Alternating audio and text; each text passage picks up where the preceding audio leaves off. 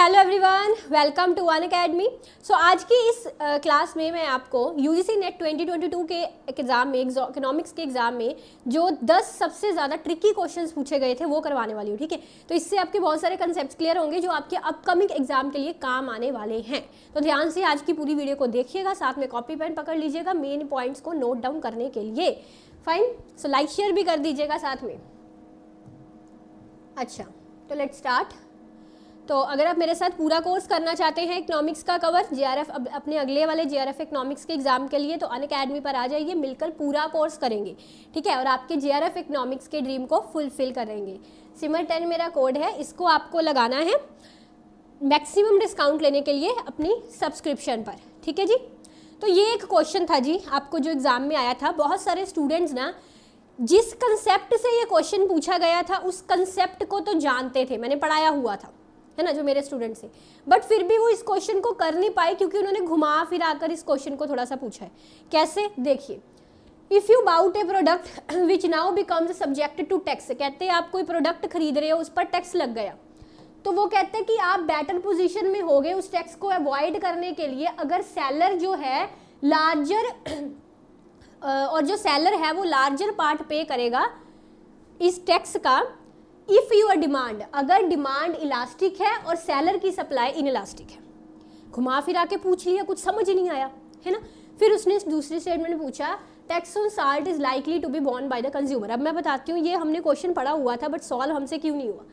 तो ये वही क्वेश्चन है मॉडर्न थ्योरी ऑफ टैक्सेशन जो मेरी बुक में दी गई है इसी तरह से, जिसमें हमने ये चीज़ साफ साफ पढ़ी हुई है कि अगर इलास्टिसिटी ऑफ डिमांड जो है वो ज़्यादा होती है और इलास्टिसिटी ऑफ सप्लाई कम होती है, तो इस केस में टैक्स का बर्डन सेलर पर ज़्यादा होता है और बायर पर कम होता है। जिस साइड की इलास्टिसिटी ज़्यादा है, डिमांड की इलास्टिसिटी ज़्यादा है तो बर्डन बायर्स पर कम है, सप्लाई की इलास्टिसिटी कम है तो यानी कि बर्डन सेलर्स पर ज़्यादा है ना। पढ़ा हुआ है ना ये हमने, तो वही यहाँ से ये क्वेश्चन निकल के आया था जी। यहाँ पे यही कहा गया था कि अगर कोई प्रोडक्ट आप खरीद रहे हो उस पर टैक्स लगता है तो यहाँ पे डिमांड इलास्टिक है और सेलर की सप्लाई इनइलास्टिक है। तो जब सेलर साइड की सप्लाई इनइलास्टिक है तो यानी कि बर्डन किस पर ज़्यादा होगा, सेलर पर बर्डन ज़्यादा होगा। तो इसने लिखा कि सेलर पर बर्डन ज़्यादा होगा क्योंकि सेलर लार्जर पार्ट उस टैक्स का पे कर रहा है। तो सही था ये क्वेश्चन, हमारी उसी थ्योरी से ये क्वेश्चन निकला था। ठीक है, अब ये चीज़ तो आपको ये चीज़ समझाई गई है कि जो नेसेसरी गुड्स होते हैं, ज़रूरत की चीज़ें होती हैं, नेसेसरी गुड्स, इनकी इलास्टिसिटी ऑफ डिमांड कम होती है ना। क्योंकि नमक हो गया, रोटी हो गई, सब्जियां हो गई, ये ऐसी चीज़ें हैं कि अगर इनका प्राइस बढ़ भी जाए तो इनकी डिमांड नहीं हम कम करेंगे, भाई जीने के लिए रोटी तो सबको खानी है। अगर इनका प्राइस ज़्यादा बढ़ जाए तो ये भी नहीं है कि इनका प्राइस कम हो जाए तो ये भी नहीं है कि हम डिमांड ज़्यादा कर देंगे, है ना। क्योंकि नमक अगर सस्ता हो जाए तो क्या मतलब ज़्यादा नमक थोड़ी ना सब्जियों में हम डालना शुरू कर देंगे। अगर वीट सस्ता हो जाए, अनाज सस्ता हो जाए तो ये थोड़ी ना कि 4 की 10 रोटियां खाने लग जाएंगे। तो मतलब वो डिमांड पे इतना फ़र्क नहीं पड़ेगा जो नेसेसिटी गुड्स होते हैं इनके प्राइस चेंज होने पर। तो इसी तरह आपका साल्ट हो गया, वेजिटेबल्स हो गए, वीट हो गई, आपके नेसेसिटी गुड्स हैं, इनकी इलास्टिसिटी ऑफ डिमांड कम होती है। तो मैंने आपको अभी समझाया, अगर इलास्टिसिटी ऑफ डिमांड कम है, ज़्यादा इलास्टिसिटी है तो ज़्यादा बर्डन सेलर पर होगा। अगर इलास्टिसिटी ऑफ डिमांड कम है, ये कम, तो ज़्यादा बर्डन किस पर होगा, बायर पर होगा, है ना। वहीं से ये आया था क्वेश्चन। तो अगर टैक्स साल्ट पे टैक्स लगता है तो उसका बर्डन कंज्यूमर यानी कि बायर के द्वारा पे किया जाएगा क्योंकि साल्ट की इलास्टिसिटी ऑफ डिमांड कम होती है। फाइन, ये क्वेश्चन था एक। तो अगला क्वेश्चन देखिए, ये क्वेश्चन आया था, 2 फैक्टर्स ऑफ प्रोडक्शन है ए एंड बी जिनका सेम प्राइस है, least cost combination of A and B आपको बताना है। अगर लीस्ट कॉस्ट कॉम्बिनेशन देखना है तो उस केस में इक्विवेलेंट का स्लोप क्या होगा। याद करिए मेरी बुक में भी ये कंसेप्ट है और मैंने आपको रिज लाइंस का कंसेप्ट पढ़ाया हुआ है ना, बताया हुआ है कि जो रिज लाइंस के अंदर वाला एरिया होता है उसको हम इकोनॉमिक प्रोडक्शन का एरिया बोलते हैं, है ना। ये सारा कंसेप्ट आपको बड़े अच्छे से समझाया हुआ है। Marginal productivity of at least 1 factor is 0 in points पर। पुरानी वीडियोस देखिएगा मेरी माइक्रो इकोनॉमिक्स की कोर्स वाली, पूरा माइक्रो इकोनॉमिक्स का मैराथन मैंने दूसरे वाले चैनल पर लिया हुआ, अपने चैनल पर, है ना। तो देखिए, अब इन रिज लाइंस के जो बीच वाला एरिया है ना, ये इसको हम बोल सकते हैं इकोनॉमिक प्रोडक्शन का सबसे अच्छा रीज़न, या जहाँ पे लीस्ट कॉस्ट कॉम्बिनेशन मतलब कम से कम कॉस्ट लगती है हमारी। ठीक है, तो इस पॉइंट पे आपके इक्विवेलेंट का स्लोप क्या है, -1 नहीं है, -1 नहीं है ना, माइनस में क्यों, क्योंकि नेगेटिव है। 1 नहीं क्यों है, क्योंकि वो यहाँ पर स्ट्रेट लाइन दिख रही है हमको। देखिए ये जो रीजन है इसके अंदर इसोक्वेंट की स्ट्रेट लाइन है, ये जिससे स्ट्रेट थोड़ा स्ट्रेट बन रहा है ना ये, इसीलिए जब एज यू नो कि वो चीज स्ट्रेट होती है तो उसका 1 होता है स्लोप, माइनस इसलिए क्योंकि वो नेगेटिव रिलेशन शो कर रहा है। ठीक है, तो इसलिए इसका आंसर आपका -1 आना था। अगला ये ट्रिकी क्वेश्चन था, बच्चों ने बहुत बोला कि ये क्वेश्चन हमको समझ में ही नहीं आया, जबकि यही क्वेश्चन भी आपके कंसेप्ट से ही निकल के सामने आ रहा था। तो यहाँ पे हमने ये फार्मूला पढ़ा हुआ है एक मनी सप्लाई का, that money supply is equal to m over money multiplier and high powered money. तो उसने आपको मनी मल्टीप्लायर का फार्मूला पूछा था, money multiplier will be equal to m over h, यानी कि money multiplier money supply over high powered money के इक्वल है।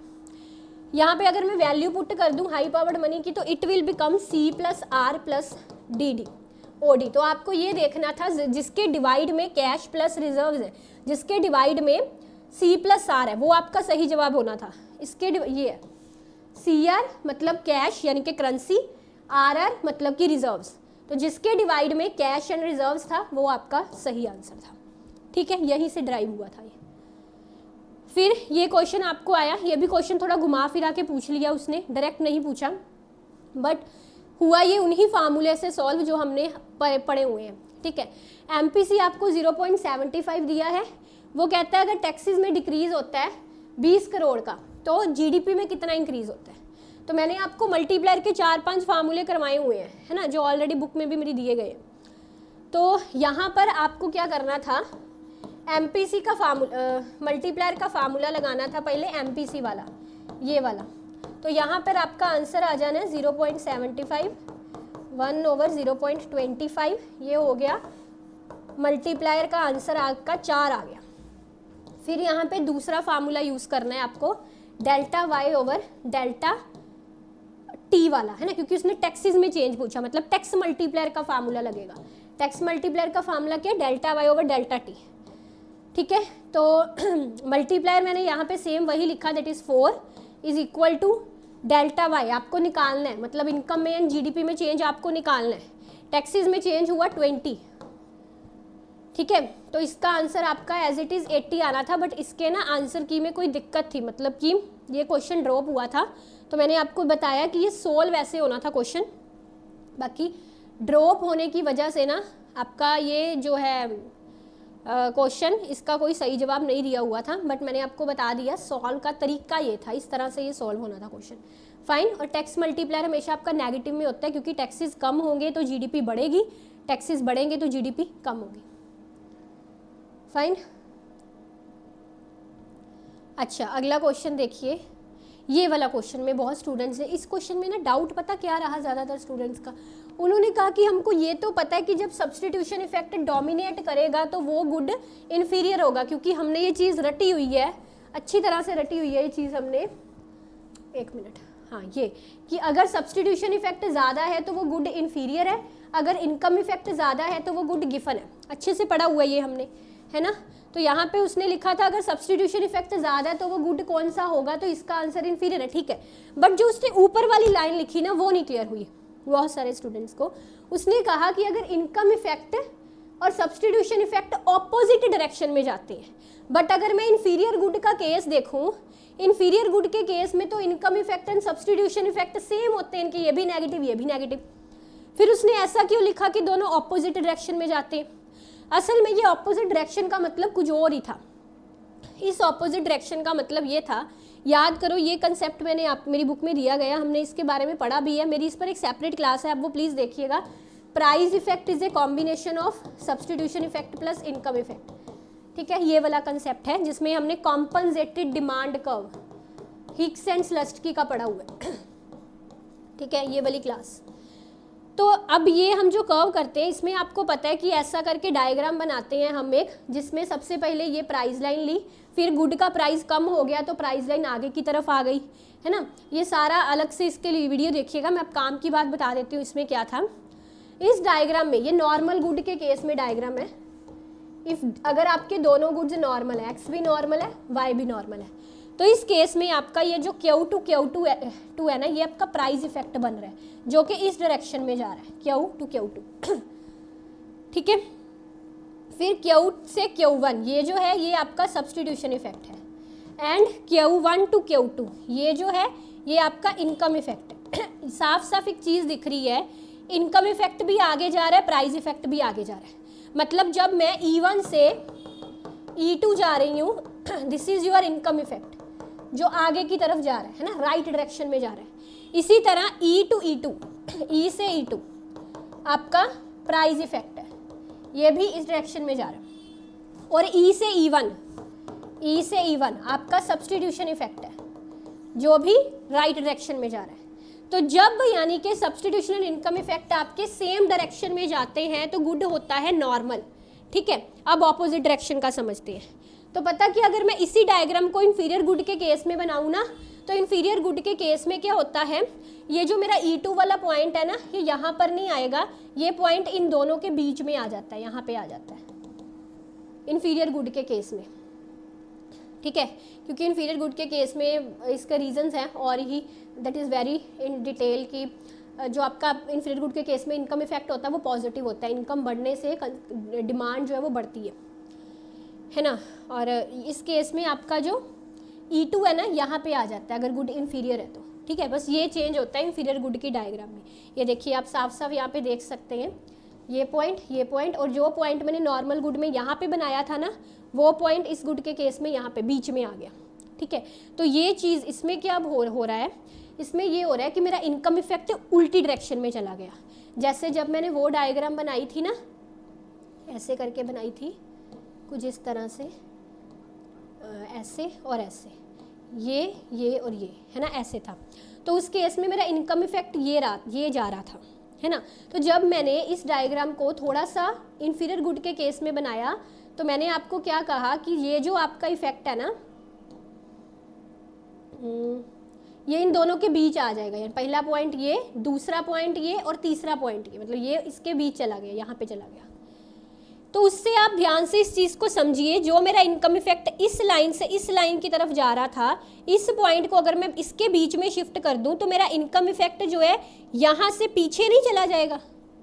बात समझ में आई कि नहीं आई? बात समझ में ना। यहाँ पर मैं इनकम इफेक्ट बना रही थी E1 पॉइंट से E2 पॉइंट, अगर मैं इस पॉइंट को इन दोनों के बीच में ले आऊँ तो मेरा इनकम इफेक्ट पीछे नहीं चले जाएगा, E1 टू E2 पीछे चला जाएगा ना। This is the case. तो इन्फीरियर गुड के केस में आप देखो जो मेरा इनकम इफेक्ट है वो इधर जा रहा है लेफ्ट डायरेक्शन में, और substitution effect as usual right direction में ही आ रहा है। तो दिस इज द रीज़न कि substitution effect and income effect opposite direction में जाते हैं तो वो गुड इन्फीरियर होता है। अब ये डायग्राम का सारा व्यू पॉइंट के लिए सफिशिएंट नहीं है 5 मिनट में या 10 मिनट में, इसके लिए आप मेरी अलग क्लास देखिएगा where price effect is a combination of substitution and income effect, ठीक है। आपको मेरे वाले चैनल पर भी मिल जाएगा और इस चैनल पर भी मिल जाएगा, ठीक है। तो ये आप वहाँ से देख लीजिएगा, फाइन। तो इस तरह से इस क्वेश्चन का आंसर इन्फीरियर गुड था। अब इस क्वेश्चन में भी बहुत कन्फ्यूजन्स थी। यहाँ पे उसने पूछा था कि इनमें से कौन सी पेरेटो ऑप्टिमिलिटी की कंडीशन नहीं है, तो इसमें हम कंफ्यूज थे। देखिए पहली वाली तो है कंज्यूमर वाली कंडीशन जो मैंने आपको करवाई हुई है। अब दूसरी वाली भी साफ साफ पता लग रहा है प्रोडक्शन वाली कंडीशन है आपकी।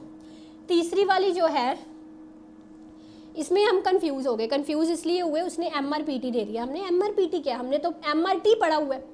तो MRT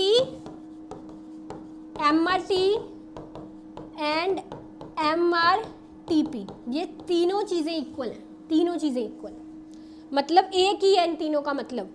this is marginal rate of transformation, marginal rate of product transformation, marginal rate of transformation of product, बस लैंग्वेज बदल के लिखी है, तीनों का मतलब सेम होता है।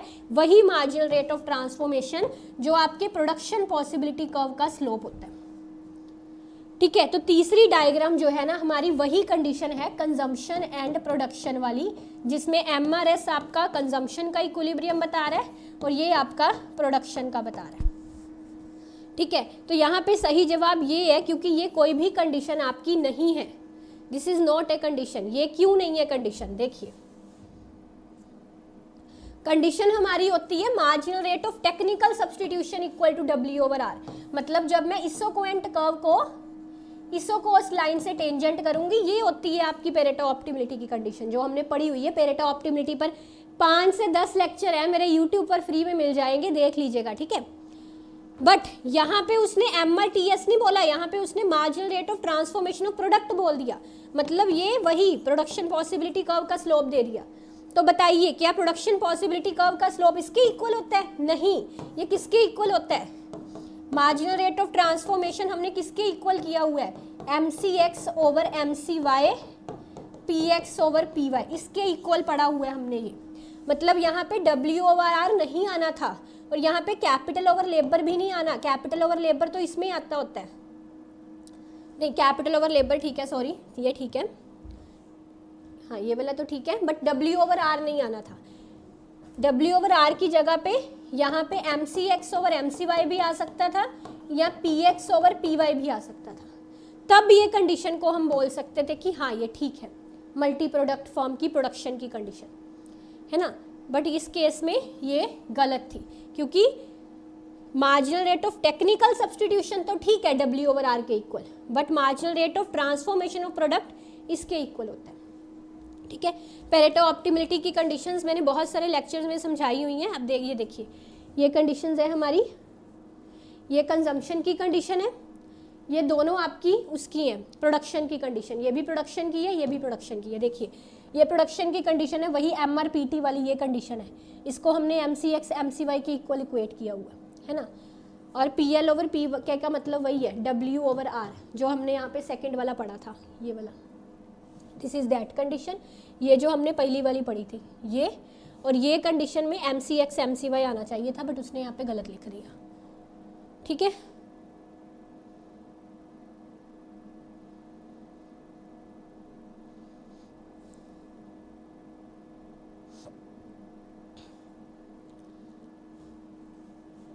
अच्छा, फिर ये क्वेश्चन था आपका एक, इसके बारे में भी हमको समझ में नहीं आया था, थोड़ा सा लर्नर्स को समझ में नहीं आया था। The provision for social goods और द प्रोसेस, वो कहता है वो प्रोसेस जिसके थ्रू टोटल रिसोर्सेज जो है ना वो प्राइवेट एंड सोशल गुड्स में डिवाइड हो जाए, उस प्रोसेस को हम क्या बोलते हैं। नया क्वेश्चन था, तो इसमें ना ये एक्चुअली फिस्कल पॉलिसी के 3 फंक्शन होते हैं। पहला होता है एलोकेशन फंक्शन। एलोकेशन फंक्शन का मतलब होता है एलोकेट, एलोकेट करने का मतलब होता है जब मैं रिसोर्सेज को गुड्स में डिवाइड करूँ, यानी मेरे पास 100 लेबर है, मुझे 2 गुड प्रोड्यूस करने हैं A एंड B, 50 लेबर मैंने इसमें लगा दी, 50 लेबर मैंने इसमें, this is called allocation function. Allocation का मतलब ये होता है इकोनॉमिक्स में, ठीक है, जब मैं अपने रिसोर्सेज को गुड्स के अकॉर्डिंग डिवाइड कर रही हूँ। तो इस एलोकेशन फंक्शन में भी वही चीज़ है कि टोटल रिसोर्सेज को हम 2 गुड्स में डिवाइड कर रहे हैं, प्राइवेट एंड सोशल गुड्स में, ठीक है। दूसरा डिस्ट्रीब्यूशन फंक्शन होता है। डिस्ट्रीब्यूशन फंक्शन का मतलब होता है कि जो इनकम एंड वेल्थ की डिस्ट्रीब्यूशन है सोसाइटी में फेयर हो, यानी कि ये नहीं है कि किसी के पास ज़्यादा पैसा हो, किसी के पास कम पैसा हो, सबके पास इक्वल पैसा हो, सबके पास इक्वल इनकम हो, सबके पास इक्वल वेल्थ हो, this is called distribution function, ठीक है। तीसरा इसमें स्टेबलाइजेशन का फंक्शन होता है। स्टेबलाइजेशन में यही है कि इकॉनमी में एम्प्लॉयमेंट एंड प्राइजेस को स्टेबलाइज रखना है। फिस्कल पॉलिसी में कहा गया है कि गवर्नमेंट की इंटरफेरेंस चाहिए, गवर्नमेंट की पॉलिसी चाहिए इन चीज़ों को स्टेबल रखने के लिए। ऑटोमेटिकली मार्केट एडजस्ट नहीं होती है ना फिस्कल पॉलिसी। कि केन्स ने फिस्कल पॉलिसी को सपोर्ट किया, क्योंकि केन्स ने कहा कि इकॉनमी में लेजिज फेयर कुछ नहीं कर सकती, विदाउट गवर्नमेंट इंटरफेरेंस कुछ भी नहीं हो सकता। तो केन्स ने एडवोकेट की कि गवर्नमेंट की इंटरवेंशन ज़रूरी है, इनके फिस्कल पॉलिसी होनी ज़रूरी है। तो ये फिस्कल पॉलिसी के ही 3 फंक्शन है, allocation function, distribution function and stabilisation function. Stabilisation में क्या है, गवर्नमेंट इंटरवेंशन करके पॉलिसी लगा के इकोनॉमी को स्टेबलाइज करेगी। तो यहाँ पे जो उसने दिया था टोटल रिसोर्सेज को डिवाइड करना है, दिस इज एलोकेशन, ये आपका एलोकेशन फंक्शन था, ठीक है जी। इस क्वेश्चन में कन्फ्यूजन्स थी लर्नर्स को। Strategy of choosing the policy which has the best possible outcome is known, तो मैं इसके बारे में आपको बता देती हूँ। डोमिनेंट स्ट्रैटेजी के बारे में हमने पढ़ा हुआ है कि एक प्लेयर अपना बेस्ट चूज करेगा regardless of what other do, दूसरा वो जो मर्जी करे, फर्म अपना बेस्ट देगा। तो यहाँ पे कहीं उसने लिखा है कि दूसरा फर्म जो मर्जी करे अपना बेस्ट देगा, नहीं है ये डोमिनेंट स्ट्रैटेजी। फिर मिनीमैक्स का क्या मतलब होता है, मैक्सिमिन एंड मिनीमैक्स दोनों देखो। मिनीमैक्स का मतलब होता है जब मैं मैक्सिमम पॉसिबल लॉस को मिनिमाइज करती हूँ, दैट इज मिनीमैक्स, नाम से ही क्लियर हो रहा है कि मिनिमाइज करना है मुझे मैक्सिमम लॉसेस को, मतलब मैक्सिमम लॉसेस को मुझे मिनिमाइज करना है, ठीक है। और मैक्सिमिन का मतलब होता है मिनिमम प्रॉफिट्स को मुझे मैक्सिमम करना है, ठीक है। दैट इज मैक्सिमम, सिंपल याद रखिए, आउट ऑफ मिनिमम, यानी कि best out of worst, best out of worst, ठीक है। तो मिनीमैक्स में क्या हो जाएगा, मिनीमैक्स में है मिनिमाइज, मिनिमाइज करना है मैक्सिमाइज को, यानी कि वर्स्ट देखना है बेस्ट में से, वर्स्ट ऑफ बेस्ट है ना, बेस्ट में से कम वाला जो है लॉस वो देखना है। तो तीसरा है मैक्सीमैक्स, मैक्सीमैक्स का मतलब है बेस्ट, इसमें कुछ भी और वर्ड नहीं यूज हो रहा, regardless of what other do, out of worse, out of, है ना, worse out of best, best out of worse, इसमें ऐसा कुछ भी नहीं है, इसमें सिंपल है बेस्ट आउट ऑफ बेस्ट, मतलब सबसे बेस्ट। मैक्सीमैक्स नाम से क्लियर हो रहा है, मैक्सिमम आउट ऑफ मैक्सिमम, ठीक है, यानी कि best out of best, fine. तो इसलिए इसका आंसर मैक्सिमम था, क्योंकि उसने सिर्फ बेस्ट पॉसिबल आउटकम पूछा है, उसने बेस्ट आउट ऑफ वर्स्ट नहीं पूछा, वर्स्ट आउट ऑफ बेस्ट नहीं पूछा, सिंपल बेस्ट पॉसिबल, तो वो आपका मैक्सीमैक्स आएगा, ठीक है। चलो, ये रैंक ऑफ मैट्रिक्स का ही क्वेश्चन आया था, बट मैं आपको यहाँ पे नहीं करवाऊंगी, दिस इज़ वेरी लेंथी, मैंने अपने पुराने बहुत सारे सेशंस में आपको ये क्वेश्चन सॉल्व करवाया हुआ है।